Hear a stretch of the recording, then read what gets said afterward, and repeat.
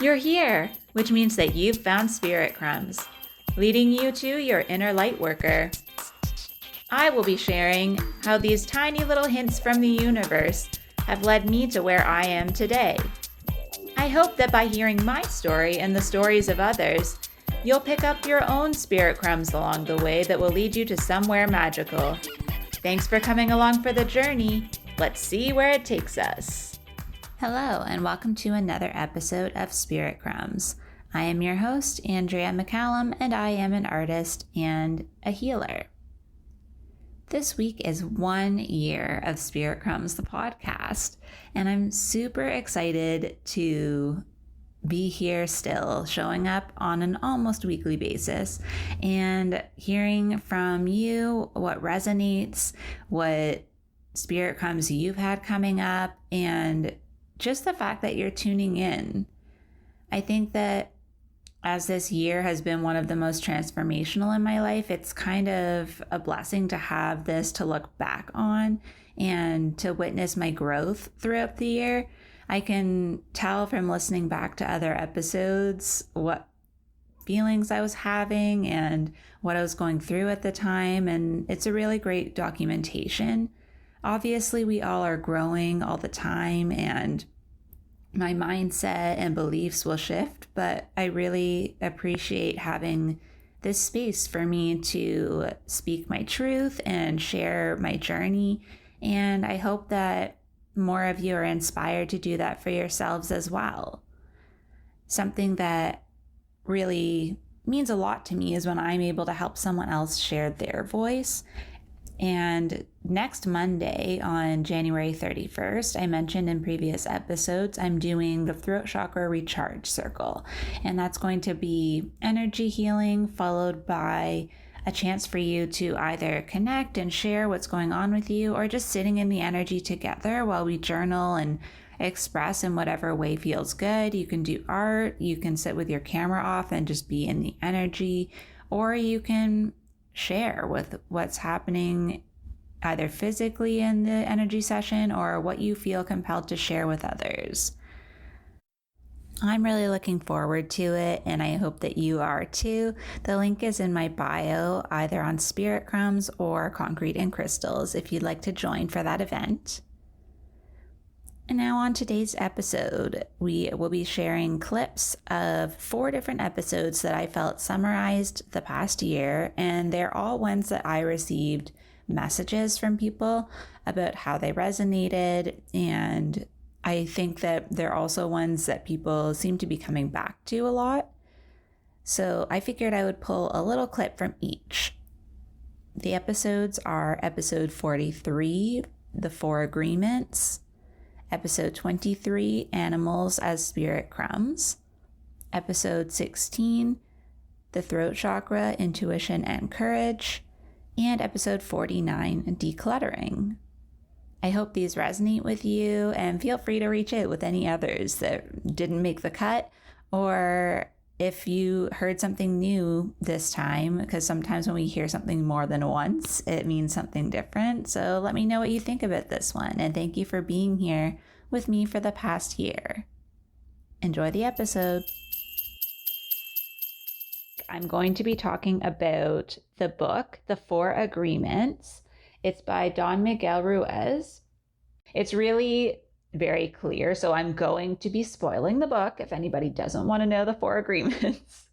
But I'm actually going to tell what the 5th one is as well, because there was a follow-up book. But the reason I was so really captured by this book is that it's a very practical spiritual philosophy. It's like tangible things we can do. So anybody who's just starting out with their shadow work or starting out on their spiritual path, I think this is a really great book to start with, because it's not making you have to connect to a guide or do meditation, really. Like, those are all complements to this book.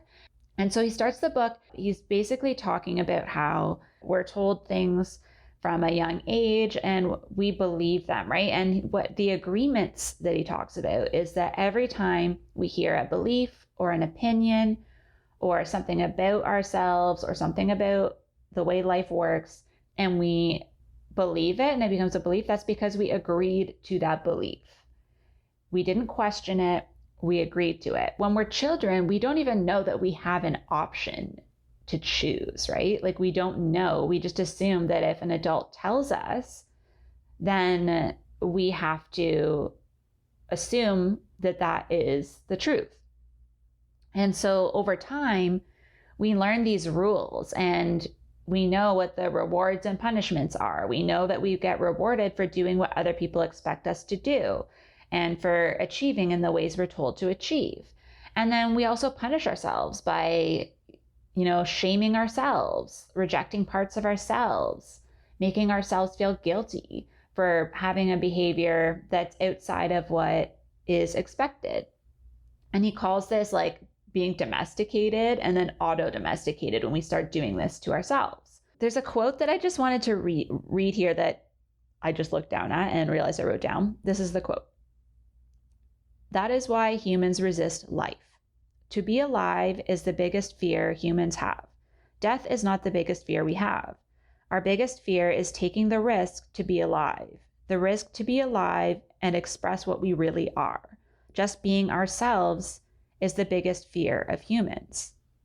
Anyways, into the 4 agreements. So the first agreement is be impeccable with your word. He specifies later in the chapter that impeccability means without sin. But sin has been taken in a different context. In the context of this book and the meaning of the word, it's anything that you do that goes against yourself.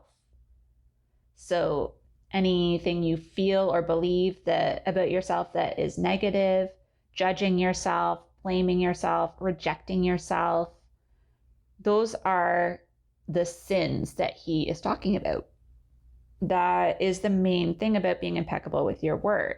Yes, it means not lying, not saying things that are not true, but that comes from a place of looking at everything you say as having creative power, and that your word has power. And the second agreement is don't take anything personally.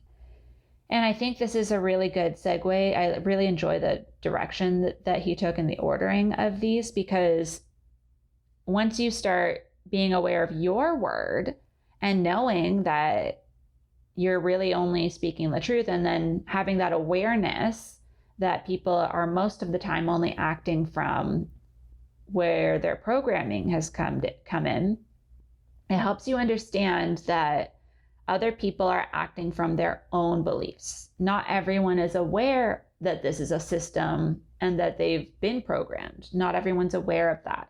And even ourselves, like we get to a certain point where we think that we've done a lot of work, and then something comes up where we're like, oh my gosh, I can't believe I'm doing this. And you find a new shadow. We're never really done with this work. And I think that that's what makes this so powerful, because it talks about how really thinking that things are a personal attack all the time is actually like the most selfish thing we can do, because it's like we're assuming that everyone else's world revolves around us, right? They're all living their life with them in the center, and you're just a part of their world. You're not the center of it. You're just a character. And the idea that we don't need to take things personally actually gives us back some power, because it means that we can do all of the things that are authentic. We can make ourselves vulnerable. We can share our stories. And other people's reactions, we have to realize, is just because we're mirroring something to them. We're admitting something that they don't want to admit about themselves yet. They're not ready. And that is something that is powerful, because then we have the choice in that moment if someone is saying something negative or trying to make us feel bad, trying to tell us that we shouldn't say this out loud, any of those things, you have to realize there's a reason they don't want you to talk about it. It's because then other people might see that they're that way too. We're all going to have different truths because we're all living here for different reasons with different lessons. That moves us into the third agreement, which is don't make assumptions. And so it talks about how all sadness and drama comes from making assumptions and taking things personally. These two are also interconnected. And so the assumptions are when you don't take the time to understand or ask questions about something, and you create your own meaning for it. So if somebody says something to you or sends a text, you assume what they meant and how they are feeling without checking. If they don't say, I'm hurt by this, they just send a really quick text and you take it to mean that they're hurt or they're upset with you, but you don't ask, then you are hurting yourself until you are proven otherwise. Maybe you did hurt them, but if you don't know that, then, that's what causes unnecessary pain. The answer for us is more important than if it's correct. So even an assumption makes us feel safe. So even when we don't know the answer and we make up an answer, it's because we can't stand not knowing. We just need to have an answer. So when we make these assumptions, it also replaces the need to communicate. And the fourth agreement is always do your best. So this one sounds pretty straightforward, and it pretty much is. Anything you do, it should be something that you can put all of your energy into and really show up as your best self, because then you don't have to judge yourself. You have nothing to feel guilty about, and there's nothing to be ashamed about, because when you're doing your best for anything, there's nothing else you can do. That's literally the best you can do. And there's nothing to be feeling bad about in those situations. And so this can apply to any of those previous agreements, because, we all slip up and make assumptions and take things personally and maybe aren't as impeccable with our word. Maybe we all have that negative inner voice once in a while. But the whole point is just trying your best. And when you recognize that you've done something wrong, being aware of it and moving forward and trying to do better the next time. If it's something that you feel like it doesn't give you the space to do your best because you don't want to deep down, then it's something that maybe you don't need to be aligned with anymore. The quote here that I have is, just to be, to take a risk and enjoy your life is all that matters. Say no when you want to say no, and say yes when you want to say yes. You have the right to be you. You can only be you when you do your best. When you don't do your best, you are denying yourself the right to be you. And the final agreement, that is the fifth agreement, which is a whole other book. The fifth one is be skeptical, but learn to listen. When you see an animal or an animal comes up for you in readings or in any kind of way that spirit crumbs come up for you, if you're reminded of the same animal over and over again, there's a pretty good chance that there are some traits associated with that animal that apply to you or what you're trying to do. So, for example, you might see, we'll use my example that I've talked about in the past, a chipmunk. And I am someone who does a lot of research. So when something comes up for me, I go online and I go to different sources, books, whatever I have. And the chipmunk represents creative and artistic pursuits. It also represents hiding things away and sometimes maybe hoarding too much, which is true. I do tend to have lots of piles of things around. So you can kind of look at where the animal is coming up and whether it's more of a quality that you're striving for, or maybe something like the hoarding that you need to look at and maybe try to control a little bit. And then I wanted to mention too that part of the reason I ended up going to the Arboretum was that I was going to sit with the yew trees that I've talked about before, and the yew card came up in my reading, and that was kind of like my sign of like very specifically like you're going to go and you're going to sit in your spot.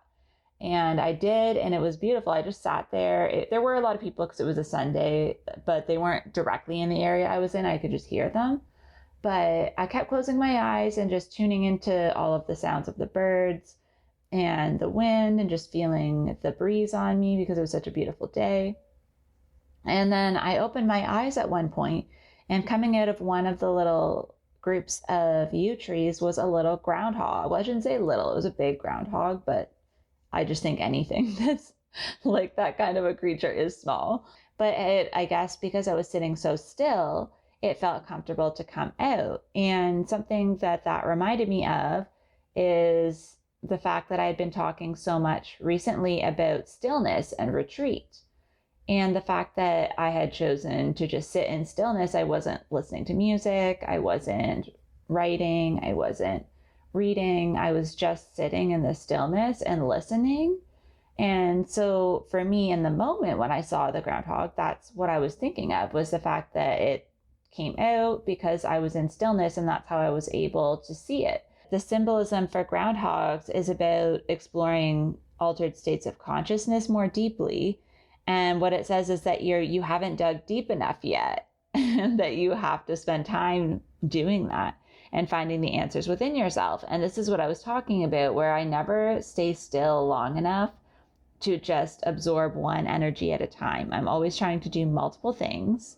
The energy of the groundhog is also something that lends itself to burrowing deep into a subject and studying and learning. And that's very true. I do really like learning things. I've talked about it before. My unconscious profile in human design is the investigator, and it's something that just comes natural to me.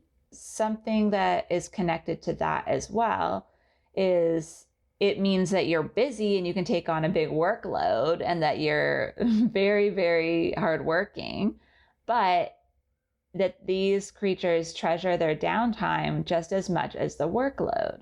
And, thinking about hibernation, I was talking about how I'm kind of going into a hibernation and retreat phase right now. So when I read that, I really resonated, because it's kind of a sign that I need to take the lead that the groundhog shows us. And like I said before, it's a little weird that I'm going into a bit of a hibernation in summer. Spiritually, I'll be going inside instead of doing as much in terms of keeping myself busy. I'm going to be trying to focus my energy on one thing at a time. And I really appreciated that there was even a very specific message that came through, because I've been having some digestive issues, and I'm not really sure what's going on with my body. And one of the things that it specifically talks about with the groundhog is being aware of how your diet influences your natural body cycles. And I've had the card, even in our card pulls, come up around vegetarian and vegan diets, which I do follow. But this is more, I think, for me, about thinking about when I eat certain foods and being more specific. So instead of just all vegetables, thinking about which vegetables at what times and that kind of thing. So that was really just another sign that I was meant to see this animal at this time, because I just had some tests done. Something else that made sense to me is the fact that burrowing is part of that process, in addition to hibernation. And I do find that I do like to be in a bubble. Even when I'm working around other people, I like to have my own space, and I don't like people coming into my space. I'm very territorial. And even in my apartment, because I live outside of where most of my family and friends live, I tend to just be here by myself, and I tend to travel to them.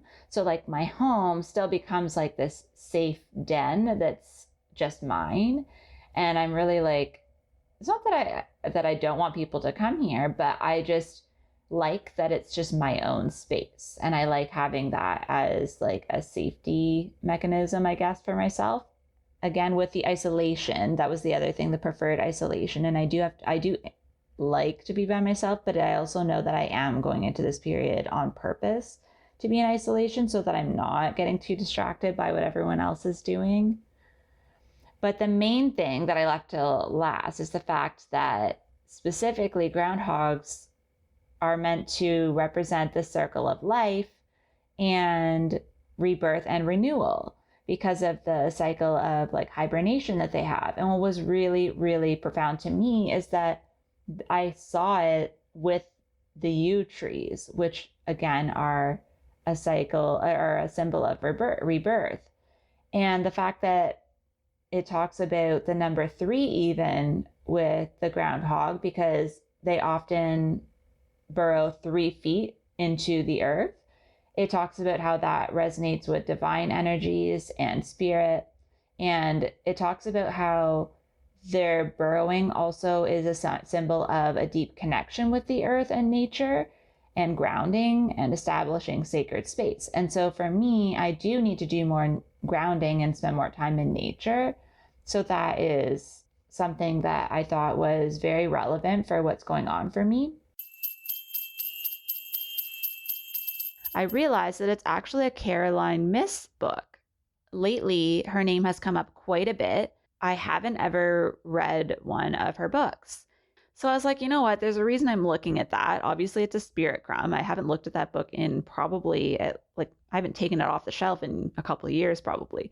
So I take it off the shelf and I look at it, and it's called Invisible Acts of Power, Personal Choices That Create Miracles. Now, this is such a spirit crumb because Card Pull Friday, the cards that were chosen specifically talked about it being safe for you to be powerful.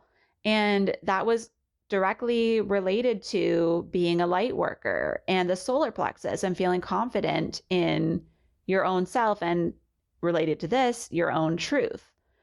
And so I pulled it off the shelf and I realized like I have this Walmart receipt from like 2019 in it at a particular point. And I'm like, okay, obviously I skimmed through because I know I didn't read it. I don't know if I explained this before. I think I did in one of my intro episodes, but I will sometimes just be drawn to a book and have no idea why and just bring it home. And like I said, they can sit on the shelf for years without me looking at them. But then there's a particular moment where I realize why I picked it up. So I open up the book and I open up the page and I could not believe it. I'm getting like heart palpitations just thinking about it again now. So much so that I'm just going to read a couple of paragraphs from this page because it's like the link I was waiting for. Here we go. This is the excerpt from it. So the little section is called Intuition and Courage. We often hesitate to follow our intuitions out of fear. Most usually, we are afraid of the changes in our own life that our actions will bring. Intuitive guidance, however, is all about change. It is energetic data ripe with the potential to influence the rest of the world. To fear change, but to crave intuitive clarity, is like fearing the cold, dark night while pouring water on the fire that lights your cave. In the fifth chakra, the center of choice and consequence, an insight the size of a mustard seed is powerful enough to bring down a mountain-sized illusion that may be holding our lives together. Truth strikes without mercy. We fear our intuitions because we fear the transformational power within our revelations. Then there's a few more paragraphs about specific people's experiences. But there are a few things that stick out to me. There's a phrase that says, once we admit a truth, however, our life is kicked into an orbit of change, whether or not we want it. And speaking of some of the letters they received, it says, they even appreciated the messenger rather than shooting him. So this tells me this is very much that Gemini energy, right? Like sharing information, being a messenger. And this is exactly the kind of the piece that I was missing, was the connection between intuition and courage, which is why I think the solar plexus came up yesterday, because we always think about intuition in terms of the third eye chakra or the crown chakra and receiving the information, being able to see things. But like I said, in order to speak your truth, that's the next chakra. So you're going from, the crown chakra where you're receiving information, the third eye where you start to see or hear how that might kind of come together and start to visualize it. And then the throat chakra, though, there's some shadow there because it doesn't always connect to the rest of our chakras. There could be a block between, the heart or the solar plexus. There could be other areas where shadows are preventing us from stepping into it. And the idea that, like I said, that the throat chakra is connected to manifesting is very clear that this is one of the beliefs of Caroline Myss, because she says in the fifth chakra, the center of choice and consequence, and that's manifestation, right? And so we do need that solar plexus like boost of confidence in order to make a choice and move forward. The topic is decluttering. This isn't just in terms of like getting rid of things in your space, but also in every aspect of life.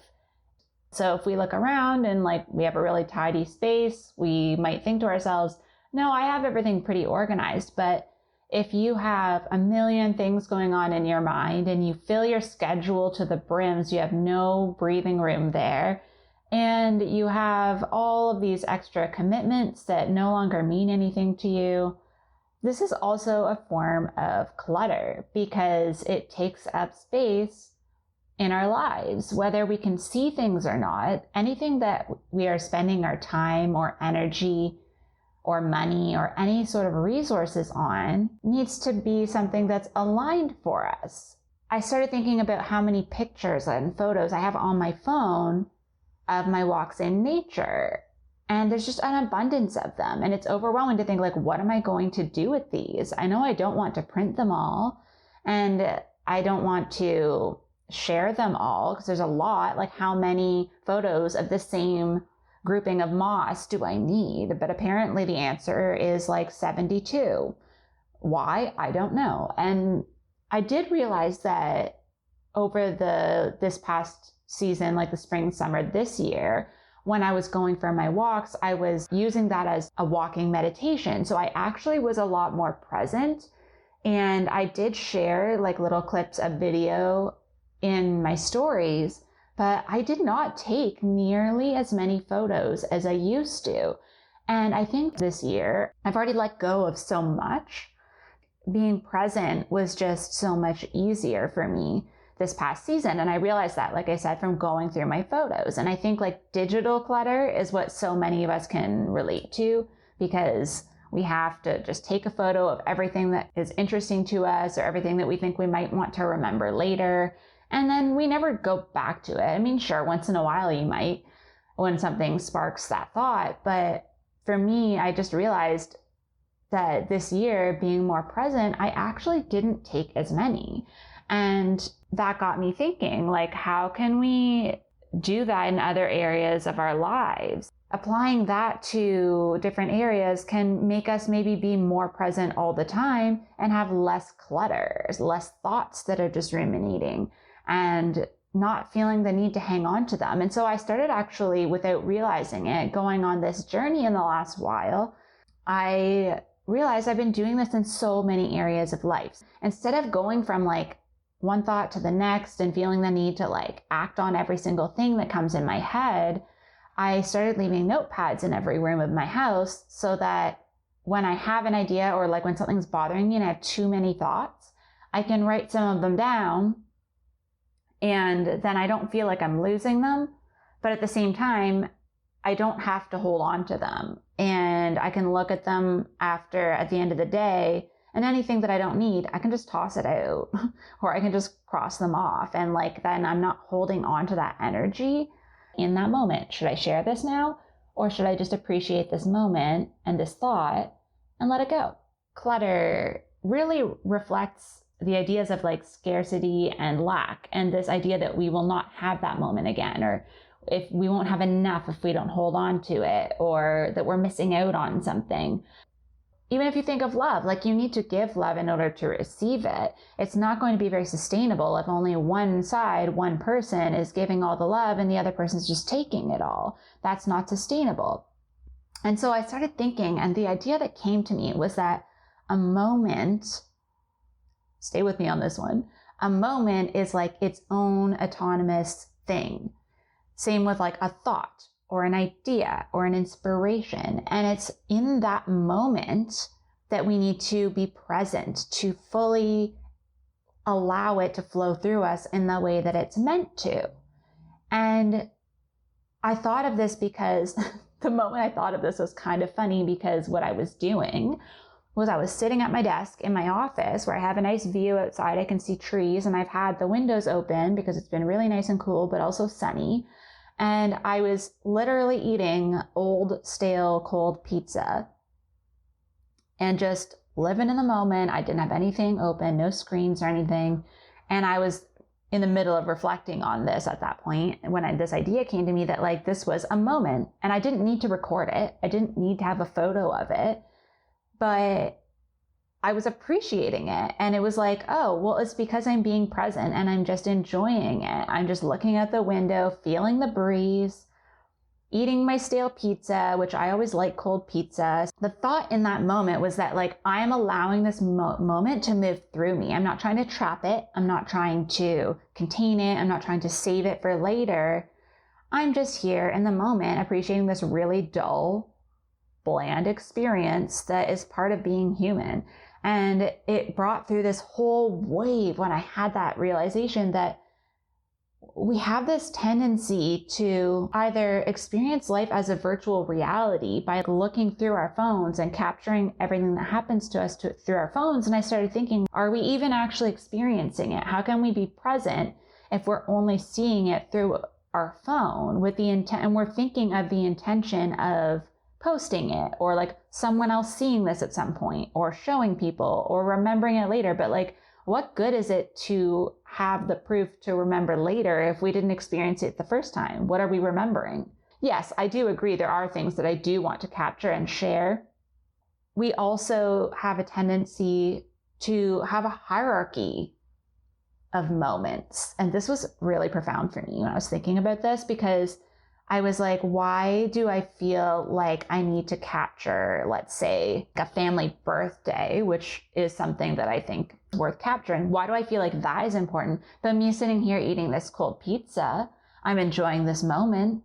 And like, that is just as important to me because it's part of the human experience. You know what? I do need to start celebrating those like little moments just as much as these other things that we just as a society have decided are important.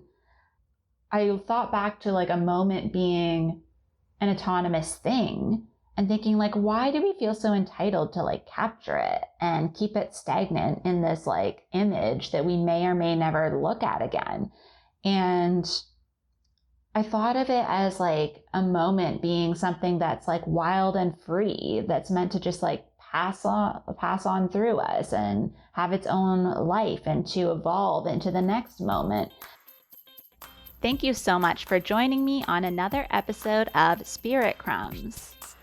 You can find me on Instagram for this podcast at Spirit Crumbs, or you can also find me at Concrete and Crystals for my own spiritual offerings and more tidbits about my own journey.